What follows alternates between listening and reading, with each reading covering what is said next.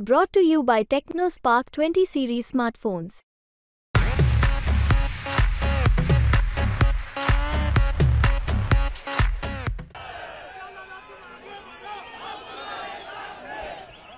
ज्या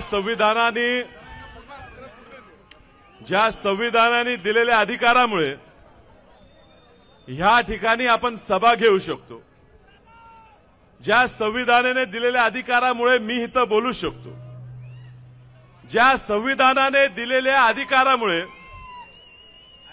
मी जाईल त्या ठिकाणी राहू शकतो, ज्या संविधानाने दिलेल्या अधिकारामुळे माझी इच्छा होईल ते मी खाऊ शकतो, मी बोलू शकतो, मी जगू शकतो, त्या संविधानाचे शिल्पकार डॉक्टर बाबासाहेब आंबेडकर यांचे नातू, ज्यांनी महाराष्ट्रात सर्व वंचित घटकांना एकत्रित केलं, वंचित घटकांना दाखवून दिलं की तुमची खरी शक्ती काय आहे, आणि ही शक्ती ज्यांनी प्रभावीपणे मागच्या निवडणुकीत आमच्या सारख्या काँग्रेस, राष्ट्रवादी काँग्रेस, इतर पुरोगामी संघटनेमध्ये काम करणाऱ्या कार्यकर्त्यांना दाखवून दिलं की शक्ती डॉक्टर बाबासाहेब आंबेडकरांच्या वंचित आघाडीत किती मोठी आहे। ते आजच्या कार्यक्रमाचे प्रमुख पाहुणे प्रकाश उर्फ बाळासाहेब आंबेडकर साहेब, उपस्थित मंचावर असलेले घोरपडे सरकार, राजेंद्रजी गवई साहेब, जयश्रीताई वहिनी, उपस्थित वंचितचे सोमनाथजी साळुंके, महावीरजी कांबळे, उपस्थित सर्व त्यांचे पदाधिकारी, काँग्रेस, राष्ट्रवादी काँग्रेसच्या विचारधारेचे असलेले ह्या परिसरात उपस्थित सगळे लोक, महापालिका क्षेत्रात काम करणारे, प्रत्येक वेगवेगळ्या पक्षात नाही उपस्थित असलेले सर्व नेते, सर्व घटक पक्षांचे कार्यकर्ते, ज्यांनी निर्णय घेतला की अपक्ष हा ह्या ठिकाणी प्रभावी उमेदवार होऊ शकतो, असे सर्व घटक पक्षाचे बंधू, कार्यकर्ते, पत्रकार, बंधू भगिनी, मित्र, खऱ्या अर्थानं निवडणूक लढताना माझ्याही मनात शंका होती। ही लढाई सत्यासाठी आहे, ही लढाई स्वाभिमानासाठी आहे, ह्याची मला जाणीव होती। मला लढा देत असताना जसं महाभारतात कृष्णाची गरज होती ताकद द्यायला, ऊर्जा द्यायला, त्या पद्धतीने मी ह्या ठिकाणी अर्ज भरायच्या तयारीत होतो। अर्ज भरू का नको भरू ह्या विवंचनेत होतं।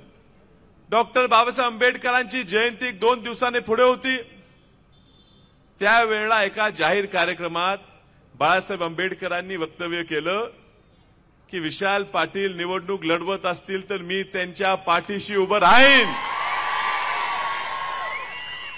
कदाचित बाळासाहेबांना त्या वक्तव्याचं महत्त्व न कळलं नसेल, पण साहेब तुम्ही आम्हाला एक ऊर्जा दिली, जसं कृष्णाने कानमंत्र दिला होता, कृष्णाने महाभारतात ताकद दिली होती, त्या पद्धतीची ताकद तुम्ही आम्हाला दिली। दुसऱ्या दिवशी डॉक्टर बाबासाहेब आंबेडकरांच्या प्रत्येक जयंतीच्या कार्यक्रमाला,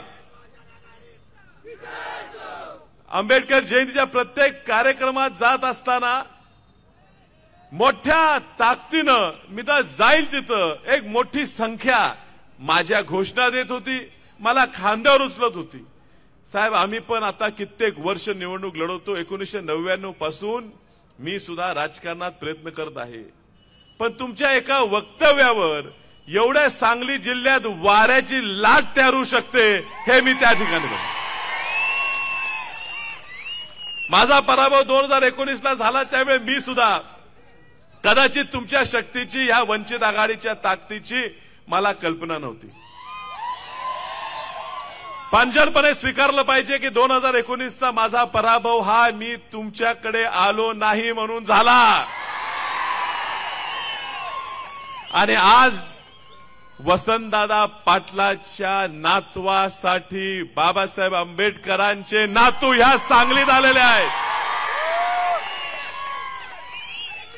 हा वसंतदादाचा जो विचार आहे, वसंतदादांचं आमचं जे घर आहे, वसंतदादांचं जे अस्तित्व आहे,